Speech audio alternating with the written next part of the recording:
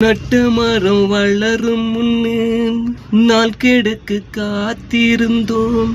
பாதியில பட்டு போவன்னு நினைக்கலையப்பா. நட்ட மரம் வளரும் முன்னே நாள் கிடக்கு காத்திருந்தோம். பாதியில பட்டு போவேன்னு நினைக்கலையப்பா. 10 முறை உன்னை அழைச்சோம், கோல சாமியிடம் வேண்டிக்கிட்டும்.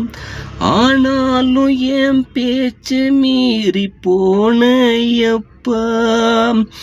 என் வீட்டு போறப்பே பொன்னையா, ஐயோ நீ போன விதியே நாடியையா. என் வீட்டு போறப்பே பொன்னையா, ஐயோ நீ போன